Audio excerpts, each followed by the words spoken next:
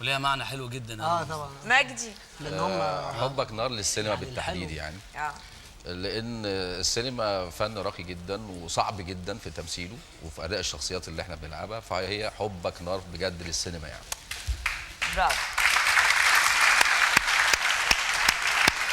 طيب نقول بقى تحلم بايه يا مصطفى، ولا نقول الهوا، ولا نقول ايه؟ لان الوقت معاكم جري بسرعه شديده جدا. ربنا يخليك.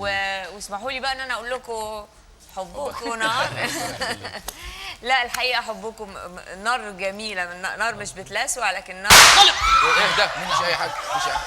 على فكره ما تتخضيش، الواد الشاي ده هو اللي عمل كده، بس انا معلش زي بعد ما اتفقنا والله قلت له مش هتخاف معلش.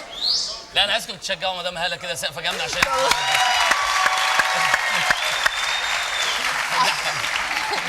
عايز اقول حاجه، انا لو ما كنتش مع الدكتوره هاله ما كنتش عملت كده، هي بس الوحيده اللي اعملي في اللي انت عايزاه، انا اتخضيت.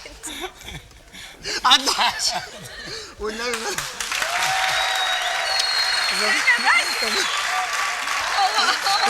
هو مش بيقولوا استنوا بس، بص عايزين مش بيقولوا حبك نار مش عارفه اطفيها؟ مش شايف انا عايزه اطفيها. اطفيها. لا بلاش اطفيها.